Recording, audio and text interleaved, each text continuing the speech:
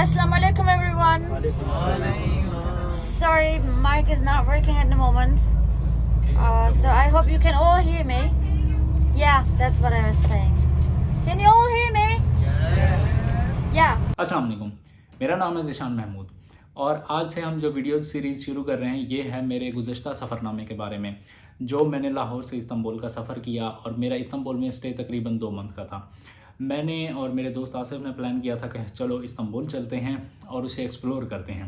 और किसी भी जगह को एक्सप्लोर करने के लिए आपको 5-10 दिनों में आप उसे एक्सप्लोर नहीं कर सकते, एटलीस्ट 2 वीक्स और 1 मंथ और 2 मंथ्स चाहिए होते हैं आपको उस जगह को समझने के लिए, उस जगह की डायनामिक्स को अंडरस्टैंड करने के लिए कि यहाँ पे लाइफ कैसी है, लोग किस तरह के हैं, रहते कैसे हैं। सो हम दोनों ने प्लान किया और हम लोग ने कोई मई जून में प्लान किया था इस्तांबुल जाने के लिए और लेकिन हमारा प्लान फाइनल नहीं हो रहा था। तो हमारे एक दोस्त हैं अर्जिश, जो कि अक्टूबर में टेक समिट करवा रहे थे इस्तांबुल में, तो हमने उन्हें कांटेक्ट किया कि भाई हम भी इसमें आ रहे हैं। प्लान फाइनल किया और उसके बाद उन्होंने हमें को एक वीज़ा एजेंट बताया था जिसे हमने अपने डॉक्यूमेंट्स भेजे और उसके बाद हमने अपना वीज़ा लिया। आसिफ मुझसे कुछ दिन पहले चला गया था दुबई, क्योंकि उनकी एक कॉन्फ्रेंस थी दुबई में। मैंने 25 को जाना था, तो मेरी फ़्लाइट थी कराची से। मैं लाहौर में रहता हूँ, फ़्लाइट मेरी कराची से थी। तो पहला प्लान ये था कि शायद मैं फ़्लाइट बुक करवा के कराची चला जाऊँ। फिर मुझे ख्याल आया कि यार मैं अगर 1-2 महीने वहाँ रहूँगा तो मुझे अपने पेरेंट्स से मिल के जाना चाहिए। मेरे पेरेंट्स रहीमियार ख़ान में रहते हैं। तो मैं लाहौर से निकला, अपनी पैकिंग की, लाहौर से निकला और फिर मैं रहीमियार ख़ान चला गया। एक दिन मैंने वहाँ पे स्टे किया अपने पेरेंट्स के साथ, अपनी गाड़ी वहाँ खड़ी की, डेवो पकड़ी रहीमियार ख़ान से और मैं कराची के लिए निकल गया। 25 अक्टूबर 2021 को सुबह 7 बजे मैं कराची डेवो टर्मिनल पे पहुंचा और 7-7:30 बजे का टाइम था। तो उसके बाद जो है मैं सीधा एयरपोर्ट चला गया, जिन्ना इंटरनेशनल एयरपोर्ट। और ये वो जगह है जहाँ पे मेरे साथ पहला स्कैम हुआ। स्कैम कुछ इस तरह से हुआ कि अब मैं जा रहा था आउट ऑफ कंट्री और ये मेरा फर्स्ट एक्सपीरियंस था। मेरे पास सिर्फ $500 थे। आई वांटेड कि मेरे पास यार कुछ लोकल करेंसी भी होनी चाहिए, टर्किश लीरा भी मैं साथ ले जाऊँ। तो वहाँ पे जो मनी एक्सचेंज वाले होते हैं उनसे मैंने पूछा कि भाईजान मैं टर्की जा रहा हूँ तो मुझे टर्किश लीरा चाहिए। तो उन्होंने कहा कि 23 रुपये का रेट चल रहा है। अब मुझे मार्केट के रेट का भी कोई आइडिया नहीं, कुछ भी नहीं। मैंने कहा ठीक है, मुझे 1000-2000 दे दें। तो उन्होंने कहा भाईजान 1000-2000 से क्या होगा, 5000 तो लेके जाएँ। मैंने कहा ओके फेयर इनफ। तो रेट क्या है? उसने कहा जी 23 रुपये। मैंने कहा अच्छा ठीक है, कोई 1,25,000 बनेगा 5 के हिसाब से, या 1,20,000 बनेगा। तो मैंने कहा भाईजान दे दो। मैंने एटीएम ढूंढा, एटीएम से पैसे निकलवाए, उस बंदे को पैसे दिए और 5,000 लीरास पकड़ लिए। ये मुझे बाद में पता चला कि करेंसी रेट जो उस वक्त चल रहा था वो 18 या 19 रुपये था। तो मैंने 4 से 5 रुपये पर लीरा एक्स्ट्रा पे किए, विच कॉस्ट मी 25,000। और 25,000 जो है वो एक अच्छी खासी अमाउंट होती है। तो यहाँ पे टिप ये है कि अगर आप किसी दूसरे कंट्री में जा रहे हैं तो लाइक अगर आप इस्तांबुल या टर्की जा रहे हैं तो आपके पास 1000 लीरा इनफ होते हैं। आप एयरपोर्ट से ले लें, कहीं से भी ले लें, थोड़ा सा चेंज होगा डिफरेंस, लेकिन आप उसे लेके जा सकते हैं साथ। इसके अलावा आपने एक काम ये करना है कि अपने बैंक फ़ोन करके अपने डेबिट कार्ड की और क्रेडिट कार्ड की इंटरनेशनल ट्रांजैक्शन ऑन करवा लेनी है।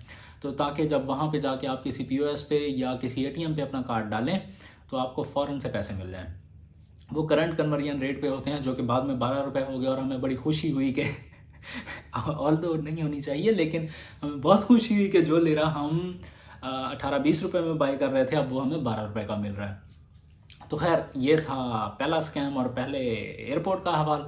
इसके बाद हम लोग चले गए बोर्डिंग की तरफ।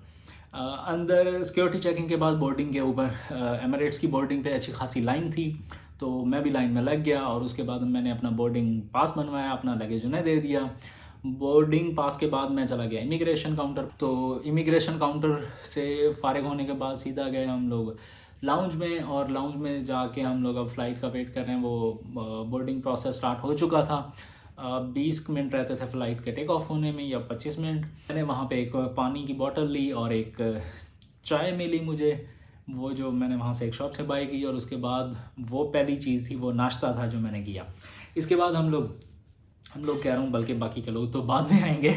इसके बाद मैं जहाज़ की तरफ चला गया और हमारा यूँ इस तरह से कराची से हमने टेक ऑफ किया और दुबई की तरफ हमारा सफ़र स्टार्ट हुआ। ये कोई 1.25 घंटे का सफ़र था। बड़ी अच्छी सर्विस थी एमिरेट्स की, बेस्ट। अगर आप कोई भी चीज़ मेरा मानना ये है कि अगर आप कोई भी चीज़ फर्स्ट टाइम एक्सपीरियंस करते हैं तो go for the best service, क्योंकि जब दूसरी दफ़ा या तीसरी दफ़ा आप कोई और सर्विस ट्राई करेंगे तो एटलीस्ट आपका एक स्टैंडर्ड सेट होगा कि उससे नीचे होगी तो वो आपको अंदाज़ा हो जाएगा कि ये बुरी है, और उससे बेटर होगी तो आपको अंदाज़ा हो जाएगा कि अच्छी है। दुबई एयरपोर्ट पहुंचने के बाद वहाँ पे एमिरेट्स का एक नुमाइंदा था, उसने कहा कि जी जिसने टर्की वाले जो लोग हैं वो इधर साइड पे रुक जाएं। तो वहाँ पे मैं भी रुक गया और वहाँ पे देखते देखते मेरे जैसे ही पाकिस्तानी लोग 20-25 लोग इकट्ठे हो गए। तो उसके बाद उसने कहा कि जी आपकी फ़्लाइट जो है वो 20 मिनट में टेक ऑफ होगी और बोर्डिंग ऑलरेडी हो चुकी है, हम लोग सिर्फ आपका वेट कर रहे थे और हमने अब जाना है एक दूसरे गेट पे जहाँ पे उस प्लेन ने टेक ऑफ होना है, लेकिन प्रॉब्लम यह है कि वो एयरपोर्ट के दूसरी तरफ है और हम सब ने पैदल चलते भागते भागते उसे कैच करना है। सो कम विद मी। तो इसके बाद हम सारे 20-25 लोग बस तेज़ी से चलते चलते अपने गेट की तरफ रवाना हो गए और अब हम चलते जा रहे हैं और हम लोगों को कोई 15 मिनट लगे इस गेट से उस गेट तक पहुंचने में, और उसके बाद हम दोबारा एमिरेट्स की फ़्लाइट्स में आ गए और ये फ़्लाइट हमने दुबई से टेक ऑफ़ किया कोई 2-2:30 बजे के आसपास, और उसके बाद हमने कोई 6:30 बजे के आसपास जो है इस्तांबुल लैंड किया। अब इस्तांबुल में लैंड करने के बाद जब मैं जहाँ से बाहर आया तो अब था कि भाई सामान ले लें। सामान लेने के लिए अब जब लगेज बे की तरफ वो गए तो वहाँ पे जो इन्फॉर्मेशन आ रही थी स्क्रीन्स पे वो देखने के बाद पता चला कि वो भी अच्छा खासा दूर है। तो कोई 20 मिनट के आसपास लगे। इस्तांबुल एयरपोर्ट भी बहुत बड़ा एयरपोर्ट है और 20 मिनट के आसपास लगे वहाँ तक पहुँचने में। मैं आपको इस्तांबुल एयरपोर्ट के बारे में डिटेल्स बताऊँगा क्योंकि मैंने वहाँ पर पूरा एक दिन स्पेंड किया है, क्योंकि मेरी एक फ़्लाइट मिस हो गई थी। तो हम उसके ऊपर बात करेंगे एंड पे जब मैं वापस पाकिस्तान आ रहा था। तो खैर अब वो 20 मिनट की वॉक करते करते करते करते बस हो गई थी और जहाँ के बड़ी मुश्किल से वो ढूंढा बैग, अपना लगेज ढूंढा और उसके बाद मैं गेट नंबर 2 पे बाहर आया तो एक खातून गाइड जो है हमारा वेट कर रही थी। उसने इजाज़ लैब्स का बोर्ड उठाया हुआ था। इजाज़ लैब्स की तरफ से हम लोग समिट अटेंड करने जा रहे थे। तो फर्स्ट 7 डेज़ जो थे वो ऑर्गेनाइज़ किए थे इजाज़ लैब्स ने। तो मैंने उसे हेलो की कि जी मैंने भी इधर ही जाना है, तो क्या सीन है। तो उसने कहा कि जी बाकी लोग कहाँ हैं। मैंने कहा कौन से बाकी लोग। तो उसने कहा कि भाई तुम लोग तो 30-35 लोग आने वाले थे, तुम तो अकेले हो। मैंने कहा मुझे नहीं पता, आ रहे होंगे, वेट कर लेते हैं। अब हम वेट करना शुरू और वेट करते करते करते करते कोई 30 मिनट गुजर गए और कोई नहीं आया। दैन शी स्टार्टेड वरिंग और मुझे भी ठंड लगना शुरू हो गई थी क्योंकि इस्तांबुल में अक्टूबर के बाद अच्छी खासी सर्दी स्टार्ट हो जाती है और आप थके हुए भी हैं, ट्रैवल करके भी हैं, तो अच्छी खासी ठंड आपको महसूस होती है। तो खैर उसके बाद उसने कुछ फ़ोन किए और पता चला कि बाकी के लोग तो गेट नंबर 13 पे आपका वेट कर रहे हैं। अब बात ये हुई कि भाई अगर गेट नंबर 13 पे जाते हैं तो यहाँ पे कोई आ गया तो उसका क्या होगा। मैंने कहा बीबी चलते हैं, वहाँ पे देखते हैं कितने लोग हैं, कम हुए तो वापस यहाँ आ जाएंगे। उसने कहा भाई ये गेट नंबर 2 है, गेट नंबर 13 कहीं और है, वहाँ जाने के लिए 10 मिनट लगेंगे। और कोई ऑप्शन नहीं था।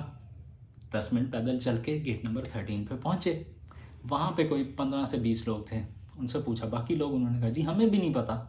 खैर करते कराते कोई 1.5-2 घंटे में हम लोग 30-35 लोग पूरे हो गए। किसी को गेट नंबर 2 से ढूंढा, किसी को 13 से ढूंढा, कोई 15 से मिला। तो अब कहा कि बीबी चलें। तो उसने कहा, मैंने बस वाले को फ़ोन किया, वो आ रहा है। तो भाई 2 घंटे कहाँ था वो। तो उसके बाद हमने कोई 30-40 मिनट बस का वेट किया। फिर बस आई, हम लोग बस में बैठे और फिर हम लोग जाइम यूनिवर्सिटी की तरफ निकल पड़े। Assalamu alaikum everyone. Sorry, mic is not working at the moment. So I hope you can all hear me. Yeah, that's what I was saying. Can you all hear me? Yeah. Sorry, mic is not working at the moment. They are trying to fix it. You come closer. Okay, the plan is now that we're going to university for dinner. It's around 25 kilometers away, 25 kilometers away, and approximately half an hour or 40 minutes, depends on traffic, we're gonna reach there. And this bus will take us back to hotel after dinner, so you can leave your stuff in the bus. Okay?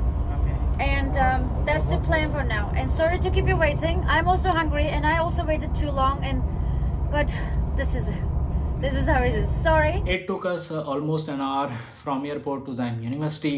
हम लोगों को वहाँ पे जब हम पहुँचे तो जो डिनर था वो तो ख़त्म हो चुका था, कॉन्फ्रेंस का एंडिंग चल रहा था, वो हमने थोड़ी देर बैठा देखे अटेंड किया। उसके बाद उन्होंने कहा जी कि जो लोग अभी आए हैं वो जाके मेस में से खाना खा लें क्योंकि डिनर यहाँ पे फिनिश हो चुका है। तो उसके बाद हम लोग गए यूनिवर्सिटी की मेस की तरफ। वहाँ पे जाके हमने मेस में जो कुछ अवेलेबल था उस वक्त ज़ाहिर है वो खाया, और इसके बाद हम लोग वापस उन्हीं बसेस में होटल की तरफ चले गए। होटल में जाके चेक इन किया और वहाँ पे चेक इन करने के बाद कुछ सुकून का सांस आया कि चलो अब हमें रेस्ट करने को कोई जगह मिल गई है, तो सीन ऑन है। तो इसके बाद नेक्स्ट डे स्टार्ट होता है, और नेक्स्ट डे में क्या हुआ, हमने क्या किया और किस तरह हम लोग बाद में अंतालिया गए, ये सारी चीज़ें मैं आपके साथ शेयर करूँगा नेक्स्ट एपिसोड में। अभी तक के लिए इतना ही, और ये सिर्फ स्टार्टिंग अराइवल था। इसके बाद हमारे साथ इस्तांबुल में क्या क्या हुआ, ये 7 दिन कैसे गुजरे, अगले 2 माह किस तरह से गुजरे, ये सारा कुछ मैं आपसे नेक्स्ट वीडियोज़ में शेयर करूँगा। हम नेक्स्ट वीडियो में इसके ऊपर बात करेंगे, और बड़े मज़े के वाक़यात भी हैं और कुछ स्कैम्स भी हैं, क्योंकि इस्तांबुल में अच्छा खासा टैक्सी स्कैम होता है, दूसरे स्कैम्स होते हैं, तो उनको किस तरह से देखना है, किस तरह से हैंडल करना है, ये सारी चीज़ें मैं आपसे डिस्कस करूँगा। तब तक के लिए अपना ख्याल रखिएगा। Thanks for watching, thank you so much, अल्लाह हाफिज़।